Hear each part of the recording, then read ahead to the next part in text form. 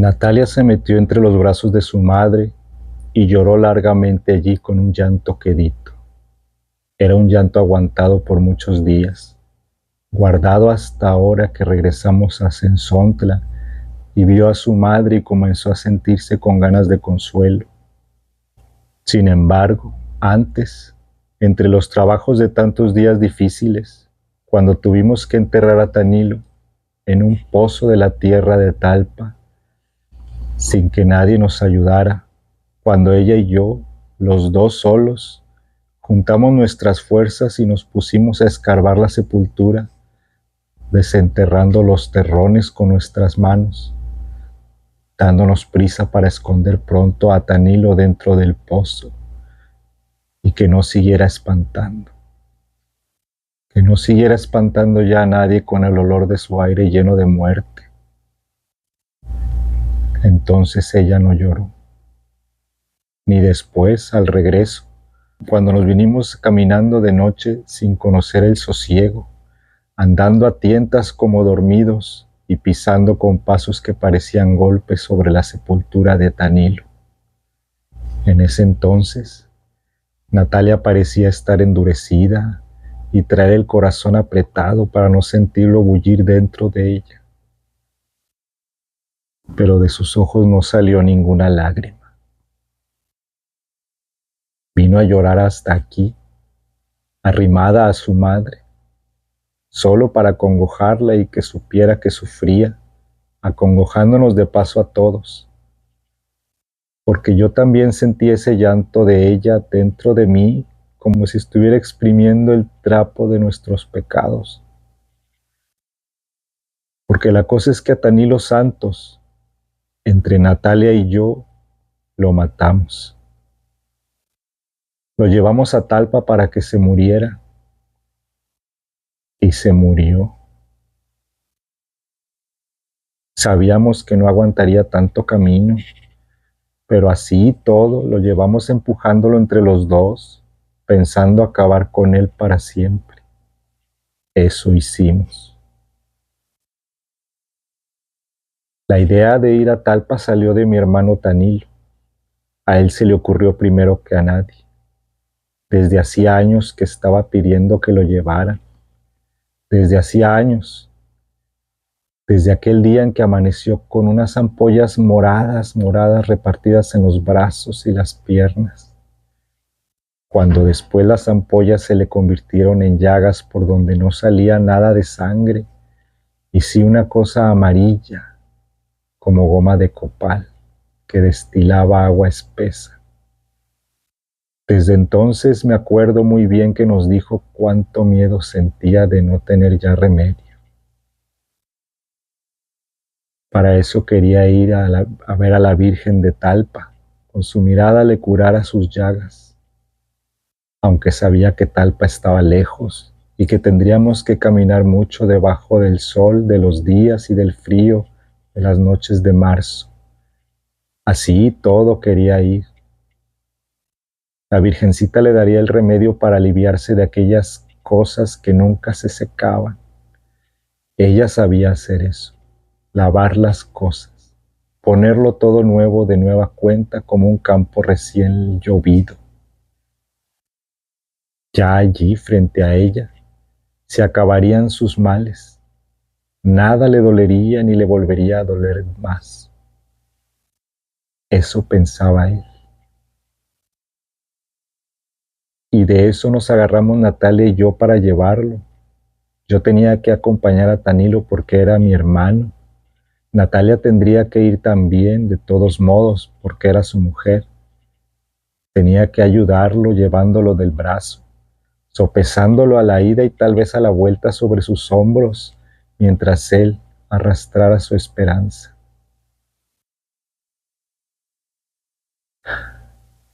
Yo ya sabía desde antes lo que había dentro de Natalia.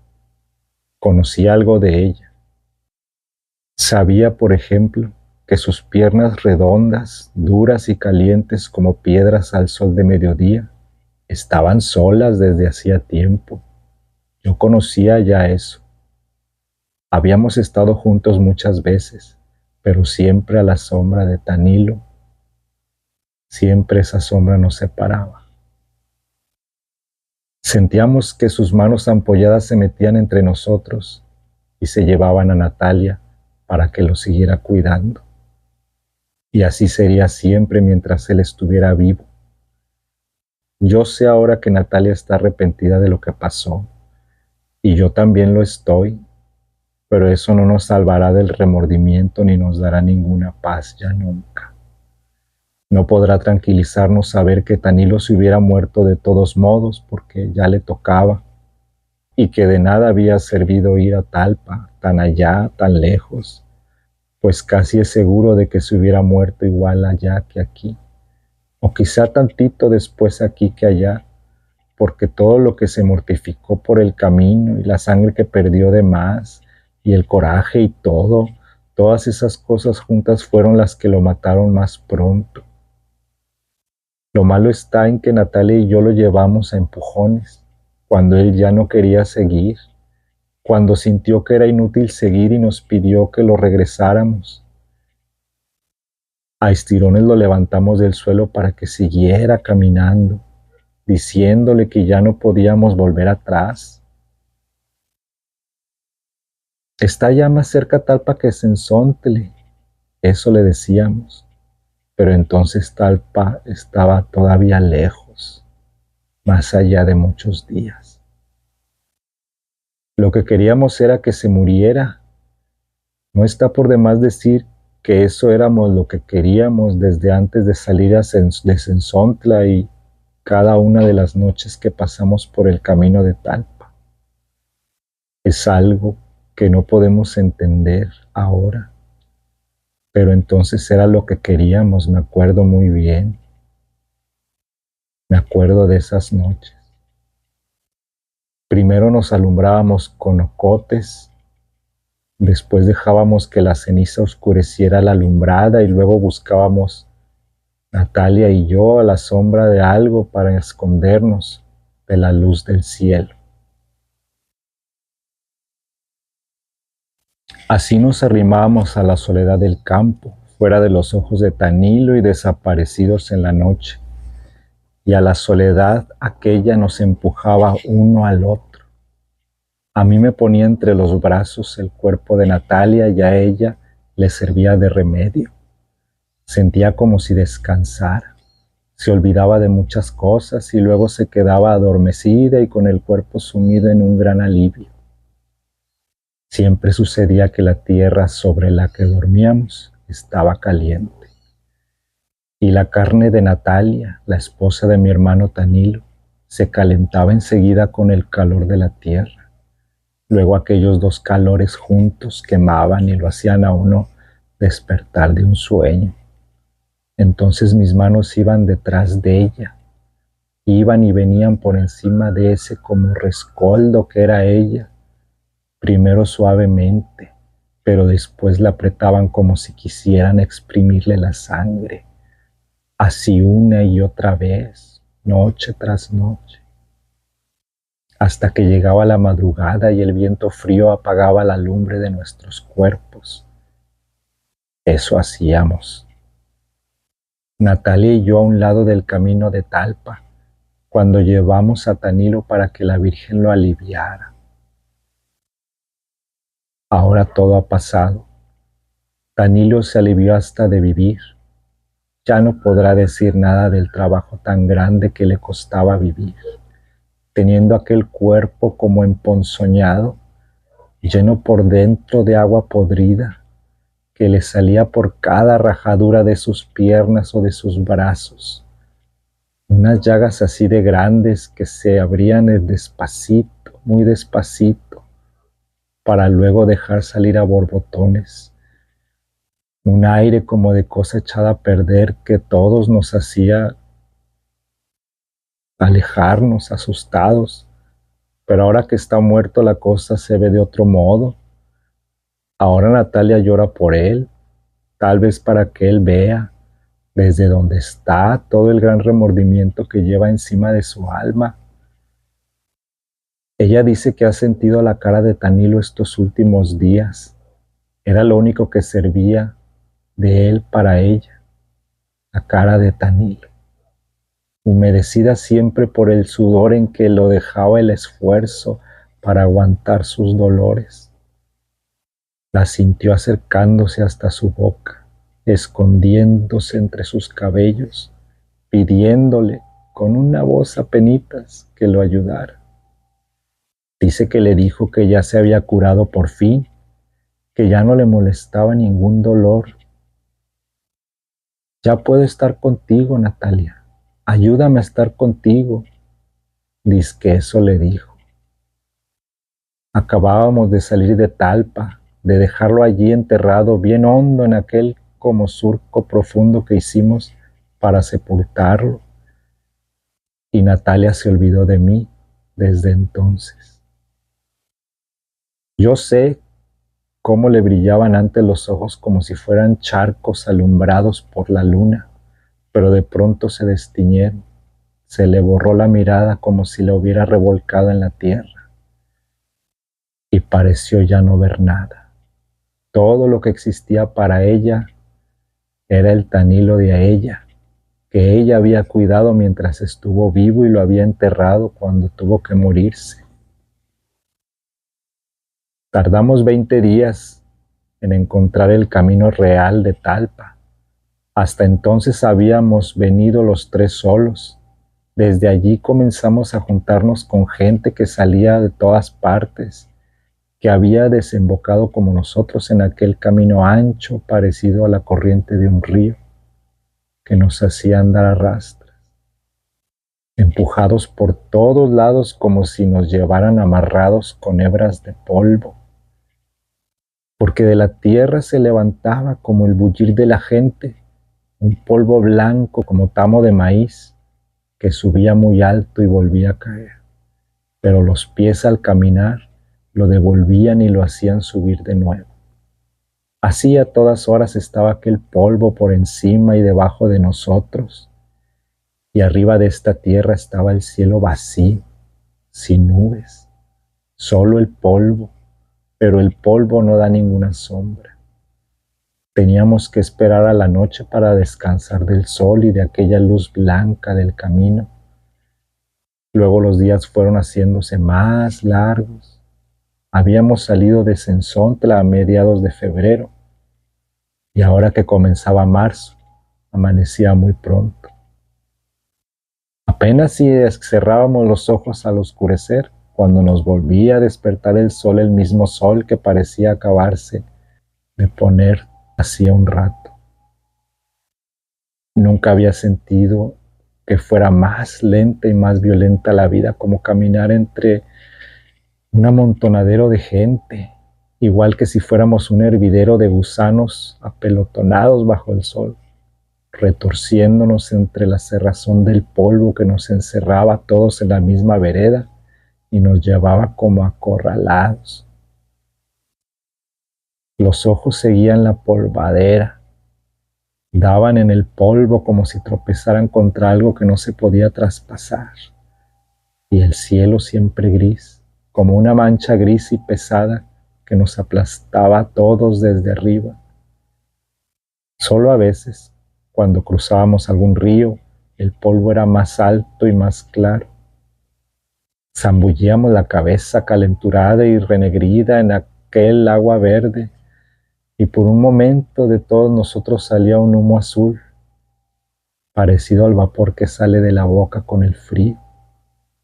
Pero poquito después desaparecíamos otra vez, entreverados en el polvo, cobijándonos unos a otros del sol, de aquel calor del sol repartido entre todos.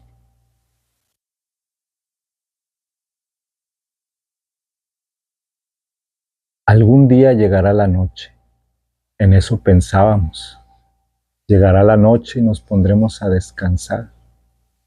Ahora se trata de cruzar el día, de atravesarlo como sea para correr del calor y del sol. Después nos detendremos. Después, lo que tenemos que hacer por lo pronto es esfuerzo tras esfuerzo, deprisa detrás de tantos como nosotros y delante de otros muchos. De eso se trata. Ya descansaremos bien a bien cuando estemos muertos. En eso pensábamos Natalia y yo, y quizá también Tanilo, cuando íbamos por el camino real de Talpa. Pero Tanilo comenzó a ponerse más mal. Llegó un rato en que ya no quería seguir. La carne de sus pies se había reventado y por la reventazón aquella empezó a salírsele la sangre. Lo cuidamos hasta que se puso bueno, pero así y todo ya no quería seguir. Me quedaré aquí sentado un día o dos y luego me volveré a Sensontla, eso nos dijo. Pero Natalia y yo no quisimos. Había algo dentro de nosotros que no nos dejaba sentir ninguna lástima por ningún Tanilo.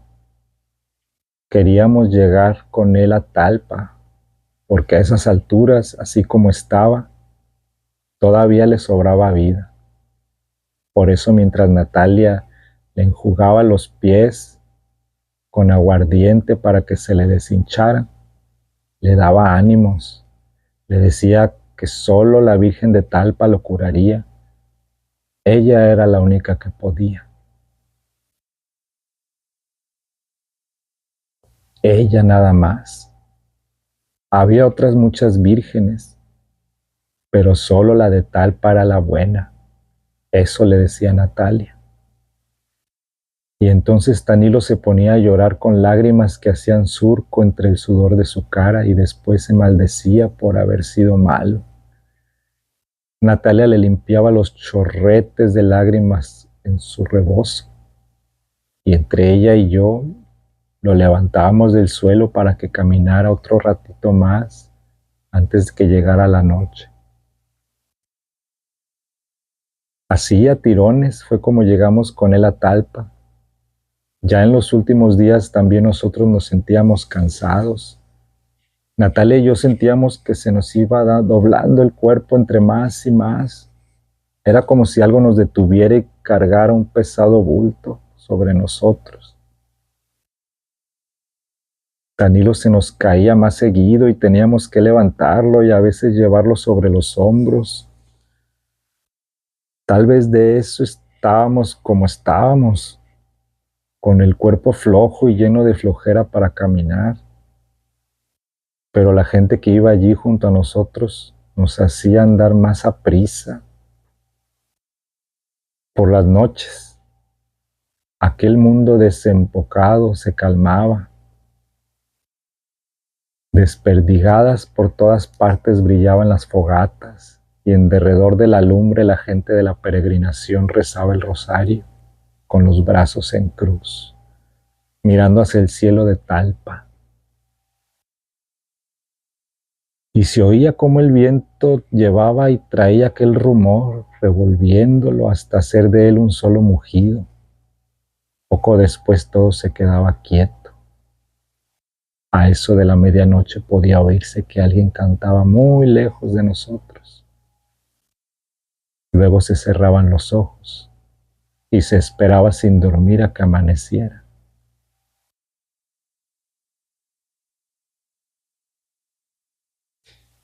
Entramos a Talpa cantando el alabado.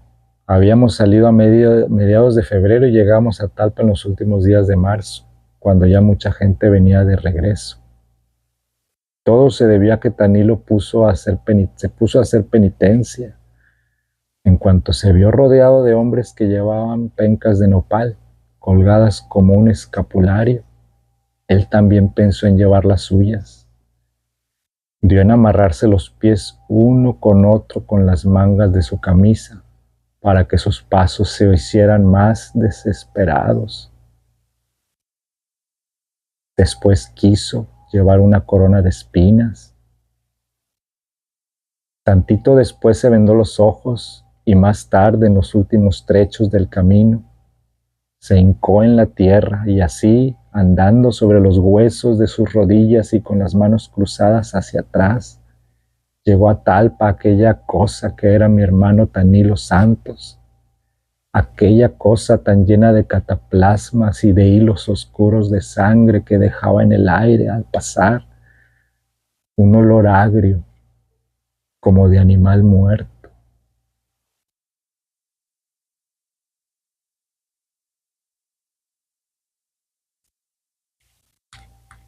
Y cuando menos acordamos lo vimos metido entre las danzas.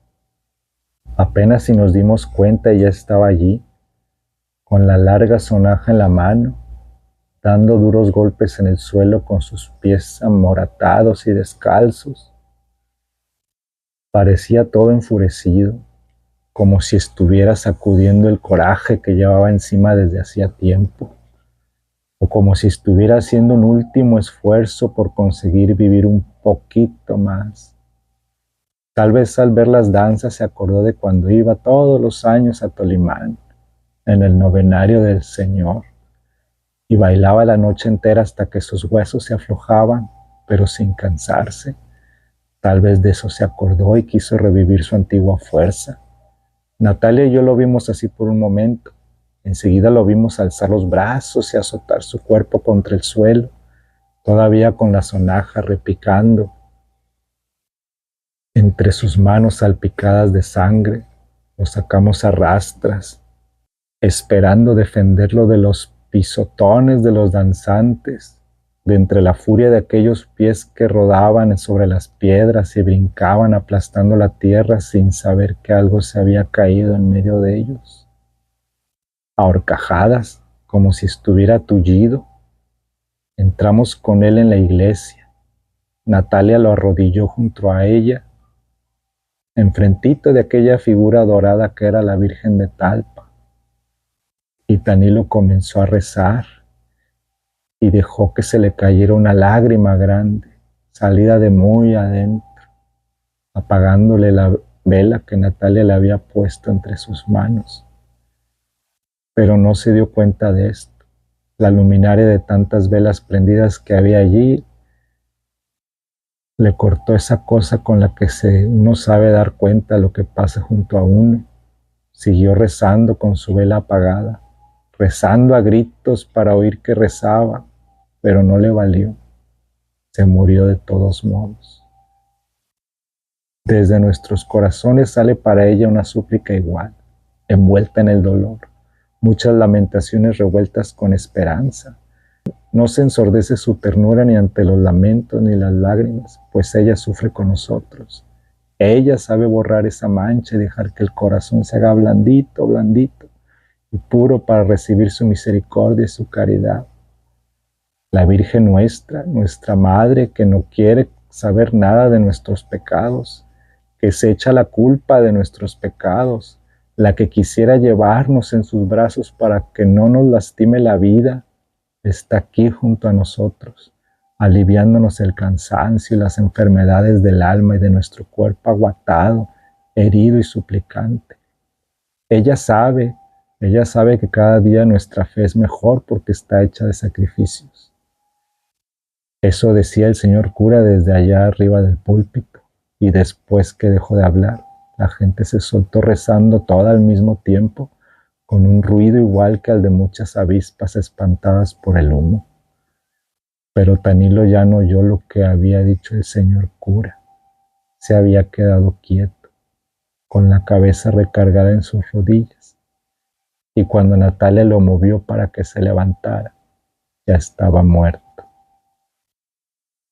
Afuera se oía el ruido de las danzas, los tambores y la chirimía, el repique de las campanas, y entonces fue cuando me dio a mí tristeza.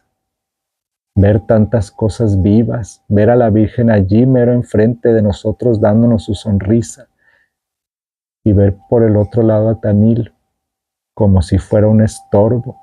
Me dio tristeza, pero nosotros lo llevamos allí para que se muriera. Eso es lo que no se me olvida. Ahora estamos los dos en Sensontla. Hemos vuelto sin él, y la madre de Natalia no me ha preguntado nada, ni qué hice con mi hermano Tanilo, ni nada. Natalia se ha puesto a llorar sobre sus hombros y le ha contado de esa manera todo lo que pasó. Y yo comienzo a sentir como si no hubiéramos llegado a ninguna parte, que estamos aquí de paso para descansar y que luego seguiremos caminando. No sé para dónde, pero tendremos que seguir. porque aquí estamos muy cerca del remordimiento y del recuerdo de Tanilo. Quizás hasta empecemos a tenernos miedo uno al otro, esa cosa de no decirnos nada desde que salimos de Talpa, tal vez quiere decir eso. Tal vez los dos tenemos muy cerca el cuerpo de Tanilo, tendido en el petate enrollado, lleno por dentro y por fuera de un hervidero de moscas azules que zumbaban como si fuera un gran ronquido que saliera de la boca de él, de aquella boca que no pudo cerrarse a pesar de los esfuerzos de Natalia y míos, y que parecía querer respirar todavía sin encontrar resuello, de aquel Tanilo a quien ya nada le dolía, pero que estaba como adolorido, con las manos y los pies engarruñados y los ojos abiertos, muy abiertos, como mirando su propia muerte, y por aquí y por allá sus llagas goteando de agua amarilla, llena de aquel olor que se derramaba por todos lados y se sentía en la boca, como si estuviera saboreando una miel espesa y amarga que se derretía en la sangre de uno a cada bocanada de aire. Es de eso de lo que quizá nos acordemos aquí más seguido, de aquel Tanilo que nosotros enterramos en el camposanto de Talpa, al que Natalia y yo echamos tierra y piedras encima para que no lo fueran a desenterrar los animales del cerro.